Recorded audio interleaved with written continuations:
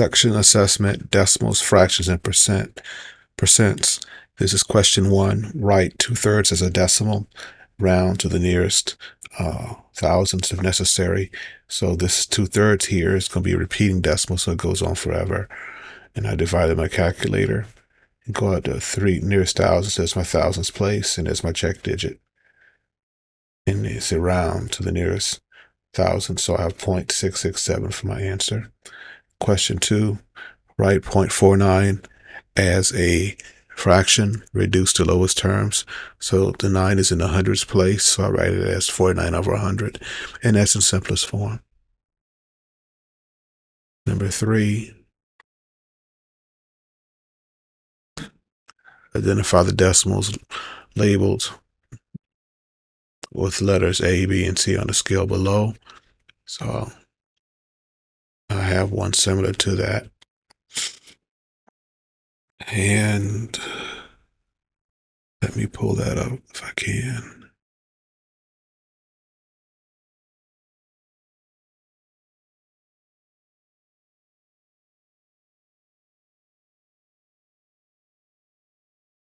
Okay.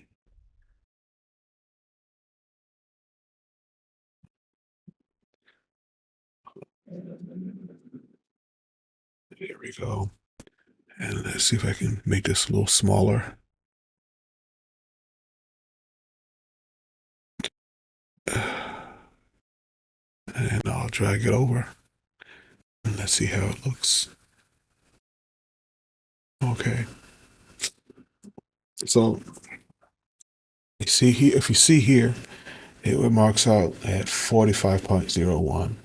And that's going to be right there. 45.01 is here. All right. So if I go up 1, it'll be 45.00.011. If I go up 2, it'll be 45.012.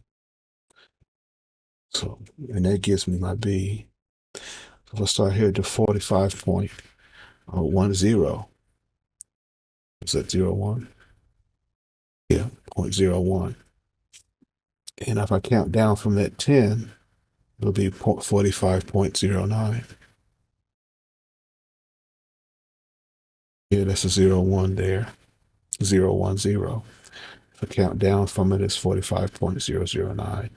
Count down 2 is 0.008, 0.007, 0.006, 0.005, 0.004, 0.003, 0.002, and that's what A is, 0.002, 0.001, and that's 45, counting down by ones. So there's your A and there's your B. So there's your 45. And if I count down by 1, take 1 off of that, I have 44.999 here. One more, one less would be 44.998. Then I go down, oh, and that's what C is there, 44.998. So you have your A, your B, and your C for that particular problem. Okay, let's get back to this sheet here. Number 4, 76 is equivalent to what decimal value?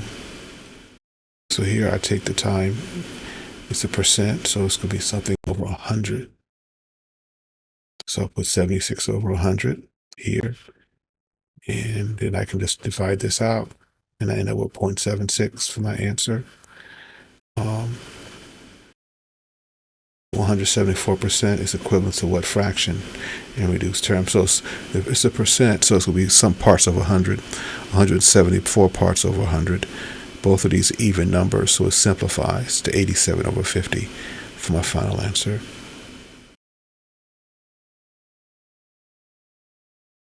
Number 6, and this one here, they ask us to fill in the blanks, okay, and what we're given, and this one is what, 11/25, so I went ahead and found my percent, so I set up a proportion here, cross multiply and divide, so I had 11 times 100 divided by 25, and that gives me 0.44, 44%.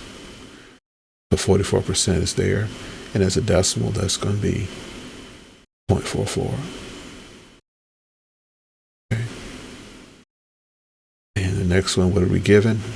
We're given a decimal form here. So I changed that decimal 8/10, 8 over 10, and I had to get it to be a percent. So I set up a proportion here. 8 over 10 is equal to x over 100. And I cross multiply and divide it. Okay. And that gives me 80%. So my percent is 80%. Okay. So 80% is the same thing as 80 over 100, which simplifies to 4/5 for my fraction. And this one here, I'm given 57.57%. So I have here, as a fraction, it would be 0.57 over 100. Okay. And I can divide this out here, and 0.57 over 100, and I can get my decimal form. Okay. So I end up with 0.0057. And as a fraction, that's in the what? Tenths, hundreds, thousandths, 10,000ths place. I end up with 57 over 10,000. And there it is right there. Tenths, hundreds, thousandths, 10,000ths place. So my fraction is going to be 57 over 10,000. I mean, that's what I have there. Okay. And that was question number 7. Here, find the simple interest. So I have P is $7,600. And R is 6.5%. As a decimal, it's 0.065. And T is 1. So I multiply it out. 7,600 times 0.065 times 1. I end up with $494 for my answer. And that is the end of that one there.